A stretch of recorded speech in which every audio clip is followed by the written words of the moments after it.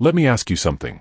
Have you ever opened Zillow, scrolled for a few seconds, saw a house listed for $400,000 and immediately thought, yeah, real estate is impossible, now I missed my chance? Because look, you did everything you were told to do.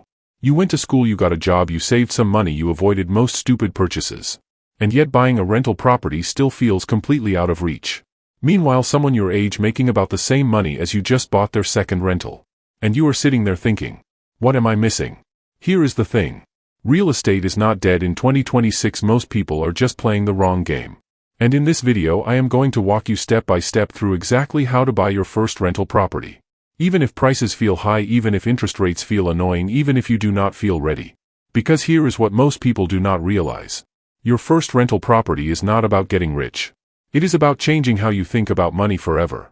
My name is Luke and I spend way too much time thinking about money, real estate, and why smart people stay broke longer than they need to.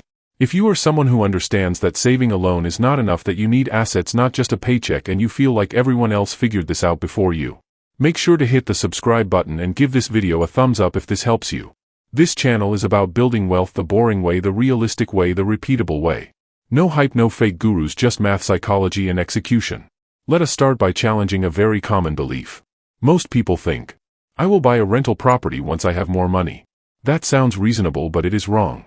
According to Federal Reserve data, more than 60% of first-time real estate investors did not feel financially ready when they bought their first rental.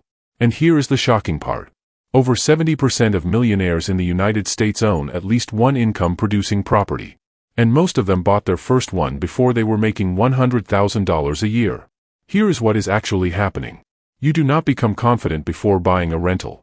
You become confident because you bought one. Confidence follows action, not the other way around. And this psychological mistake keeps people stuck for years. Now let us reset expectations. Your first rental property is not your dream home, a luxury condo, or a perfect investment. It is a tool. Think about going to the gym. Your first workout does not transform your body, it just proves you showed up. Your first rental works the same way. A good first rental in 2026 looks boring. A normal house in an average neighborhood with numbers that simply work. Not impressive but effective. Here is what most people do not realize. Beginners focus too much on appreciation and completely ignore the psychology of cash flow. Because the first time a property pays you every month, something changes in your brain. Money stops feeling fragile. Let us talk numbers, real numbers. Imagine you buy a $300,000 home. You use a 5% down payment. That is $15,000. Add closing costs, about $7,000. Your total cash needed $22,000. Now the monthly numbers. Mortgage, taxes, and insurance, $1,850. Rent, $2,300. That leaves $450. Now subtract realistic expenses. Maintenance, $150. Vacancy, $100. Management, $150. Now you are left with about $50 per month. And I know what you are thinking. That is not impressive.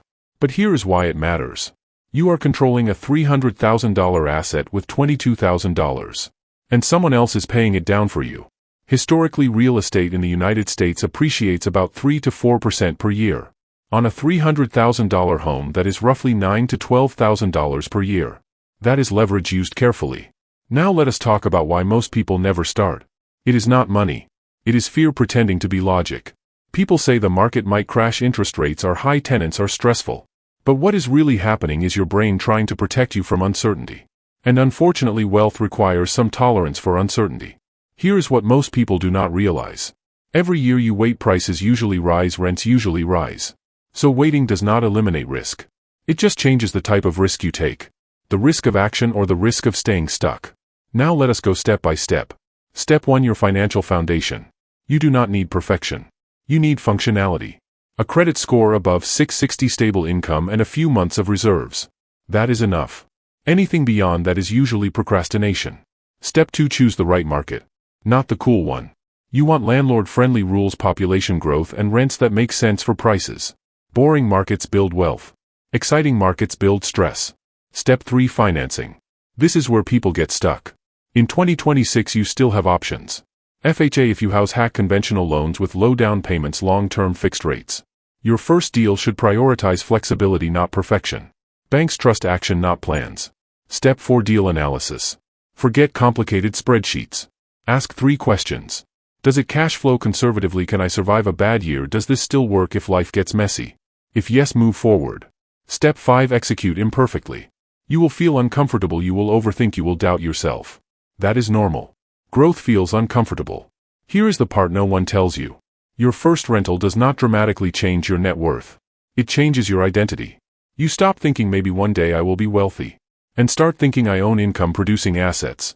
That shift changes everything. You do not need 10 properties, you do not need perfect timing, you do not need permission. You need one decision followed by consistent action. If you are watching this in 2026, you are not too late. The real question is, will you still be watching real estate videos next year? Or will you finally own one? If this helped you, subscribe, like the video. And I will see you in the next one. Because this is where it gets really interesting.